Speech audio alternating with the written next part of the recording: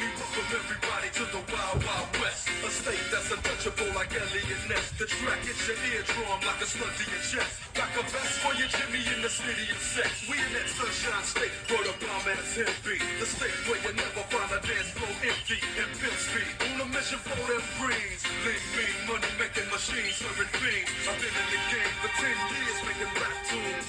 Ever since Honeys was wearing Sassoon, now it's 95 and they clock me and watch me diamond shining, looking like a Rob Liberace. It's all good, from Diego to the Bay. Your city is the bomb if the city making pain. Throw up a finger if you feel the same way. Straight putting it down for California, yeah.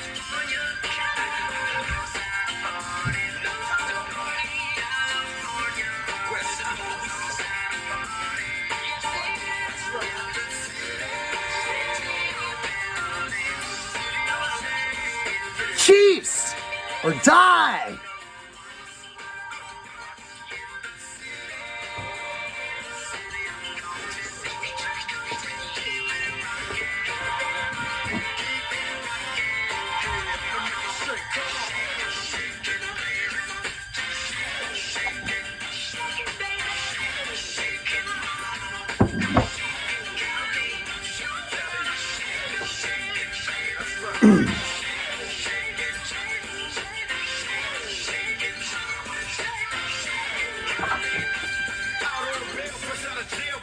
Dreaming. Soon as I step on the scene, I'm hearing hoochie screaming, fiending for money and alcohol, the life of a West Side player with Cali and it's long ball. Only in Cali where we riot, not rally to live and die. In LA we wear chucks, not valleys. Yeah, that's right. Dressed in loafs and khaki suits and ride is what we do. Flossing but half close and we collide with other crews, famous because we program.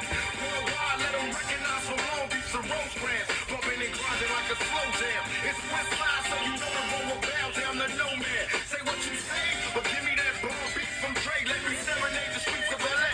From Oakland to Sacktown, the Bay Area and back down. Cali is where they put they back down. Give me love.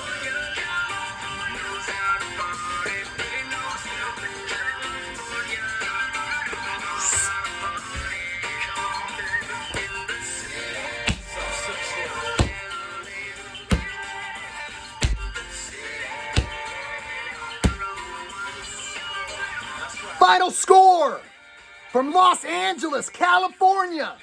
Your Kansas City Chiefs, 34. The not so super Los Angeles Chargers, 28. In overtime, where a statement was made, where a stranglehold was put upon the AFC West by your Kansas City Chiefs, when Patrick freaking Mahomes, using his weapons in the cheetah, Tyreek Hill, and the best tight end in National Football League history, Travis Kelce, when it was time to step up at crunch time. Ladies and gentlemen, boys and girls, Kansas City Chiefs freaks worldwide of all ages, that's what happens. Big players make big plays in big-time games. And that big player is Patrick Mahomes. Pat Mahomes Sr. always tells his son before every game, players make plays. And when we needed him most, with the Chiefs down 8 points in the fourth quarter, Patrick led your Kansas City Chiefs to 3 straight touchdown drives. Down 21-13, goes down the field, hits Kelce for 69 yards down to the 1. The next play, Patrick, or 2 plays later on second goal at the 1, Patrick hits Cheetah in the back of the end zone. Then we have to go for 2 because it's now 21-19 with 7 minutes left in the game. Patrick Mahomes looks and sees Cheetah open, looks and sees Kelce open. He waits a second, hits it off underneath into the end zone to Clyde Edwards-Helaire. This game's tied. Chargers go back down the field. Touchdown pass to Keenan Allen. Chargers are back on top. Patrick Mahomes comes down the field, hits Kelce. With 1 minute and 15 seconds later, the game's tied. Then, with the game tied, with a minute and 15 seconds left, the Chargers still had 2 timeouts. You're thinking, oh my gosh, how are we going to freaking stop this? How are we going to stop this? The Chargers, all they got to do is get a field goal. Well, they haven't attempted all game anyway. Steve Spagnuolo freaking blitzed. He blitzed and blitzed and blitzed because there was no Chris Jones. There was no Willie Gay. There was no L'Jarius Sneed. He wasn't going to be burned. He wasn't going to be picked apart. And that's exactly what Steve Spagnuolo did. Forced the game into overtime. Chiefs win the toss. And freaking Patrick Mahomes from the 35-yard line hits a 7-yard pass to Kelsey. Kelsey turns, swings, does a little loop, takes it all the way into the end zone. And your Kansas City Chiefs are victorious. Victorious. You gotta love it. 2-game lead now in the freaking AFC West. And this intro was for California love. I gotta be honest, folks, and I'm humbled. I have over 3,000 followers and subscribers on YouTube, and I bet about 2,000 of them are from California. And last night at Charger Stadium, there was a lot of Chiefs fans there. So props to California. Props to California love. Props to Fidel Blocker from Chiefs or Die. Check this out, buddy. Let me take this off a second. This is from the bad boys from Chiefs or Die. We're gonna get to the game. We're gonna get to the game. Then I want to say this: Fidel Blocker from Chiefs or Die and the crew went to freaking California, and they took it over. Those of you who know Fidel Blocker on Chiefs or Die know what Chiefs or Die is all about. Last week, or about a week and a half ago, Fidel Blocker was at the Mitch Holthus show. He's got his picture taken with Mitch. I put it on Twitter. Everybody was saying, man, I got to have that vest. I got to have that vest that Fidel Blocker has. And if you want that vest, if you want to be a part of that group, hit up Fidel Blocker on Facebook. I know you've been saying, hold on, Shaggy. I don't want to be on Facebook. I knocked out my Facebook 7 years ago. Well, I don't know what else to tell you. He's not on Twitter. He's got a huge group on Facebook. He's got a huge Chiefs or Die group with chapters all over the United States that continues to grow. And I got to say this one more thing about Fidel Blocker. We all know when the Chiefs were 3-4, we were out. We were bummed. I was at the low point. People were asking me, what are we going to do? What if this guy doesn't sign? What if they don't sign Tyreek Hill in his contract at in March? What if they don't extend Tyrann Mathieu? I was like, well, we got to think about the possibility of trading Tyreek Hill. Fidel Blocker wasn't having it. When we were 3-4, when Tyrann Mathieu was trolling Chiefs fans on Twitter and Instagram, Fidel Blocker said, we're going to the Super Bowl this year. And he didn't just say, you know, Shaggy, I think the Chiefs can go to the Super Bowl this year. He was emphatic. Go back and scroll down on my YouTube page. It's called Chiefs or Die Loyalty. Fidel Blocker said, we're going to the Super Bowl this year. And you know what he did? Fidel Blocker put $1,000 on the Chiefs going to the Super Bowl at the lowest point of the season. You know why? Because he knew. He knew it was in the Chiefs. He knew it. He wasn't just some super fan saying, I believe the Chiefs are going to win every game. He freaking knew it. Now, we're not to the Super Bowl yet, but he knew it was in the Chiefs to turn it around. So props to Fidel Blocker. Props. Like I said, if you want his gear, look him up on Facebook. They are the bomb. Chiefs or Die. The dude's freaking loyal. What I like about Chiefs or Die, another thing, is they're diehards. And you either love Chiefs or Die or you hate them. Just like Shaggyshane. You either love the Shaggyshane Kansas City Chiefs show or you hate it. People are like, man, I don't want to freaking watch Fidel Blocker, man. It's too loud. People are like, man, I don't want to watch Shaggyshane. Nobody says, you know, I watch Shaggyshane show sometimes. It's okay. You either love it or you hate it. Chiefs or Die, you either love it or you hate it. And I got a lot more love for the Shaggyshane show. And Fidel's got a lot more love for Chiefs or Die. So major props. Now let's get back to this game, baby. Let's get back to this game. Nick Bolton was forced in to play a lot more snaps than he would have if Willie Gay was not on the field. He had 10 tackles. Let's get to these stats, and let's get to where we stand.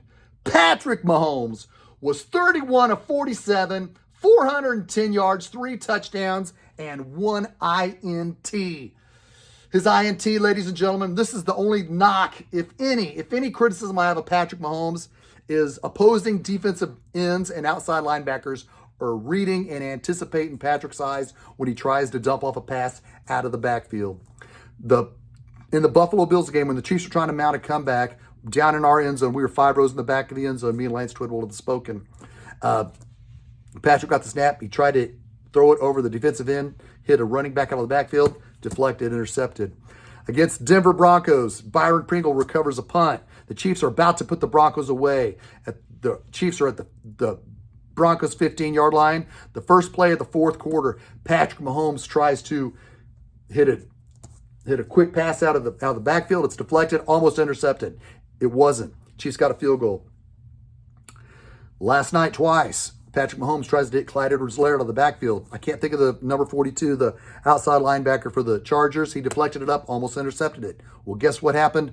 Later on in the game? He tries to hit it. They're anticipating his eyes. The outside linebackers are able to read his eyes and see the pump fake and read it and go up and make a play. But if that's only criticism for Patrick Mahomes, I like the Chiefs' chances. I like him to be able to correct it. Because when you're the greatest, yeah, there's going to be something. Even the greatest, like Patrick Mahomes, has something he needs to work on. But other than that, he's the best in crunch time. Patrick Mahomes had 2 back-to-back disastrous freaking drives. We drove all the way down the field, and on 4th and goal, he didn't get the grip on the ball, and he threw a terrible pass to McCole Hardman. Wasted the drive. But he picked himself up. Kelsey said, come on, we'll get it. Then the Chargers go 96 yards. Ben Neiman makes a big hit, fumble, and the Chiefs get the ball after the Chargers took 96 yards down the field after Patrick shored off the pass to McCole Hardman. What did Patrick do? Threw an interception to that outside linebacker. Chargers scored. After 2 disastrous drives, Patrick Mahomes put on his cape. Said, you know what? It's time to be great. It's time to deliver the goods. That is so important. People may think, well, Patrick Mahomes can do this and Patrick Mahomes can do that.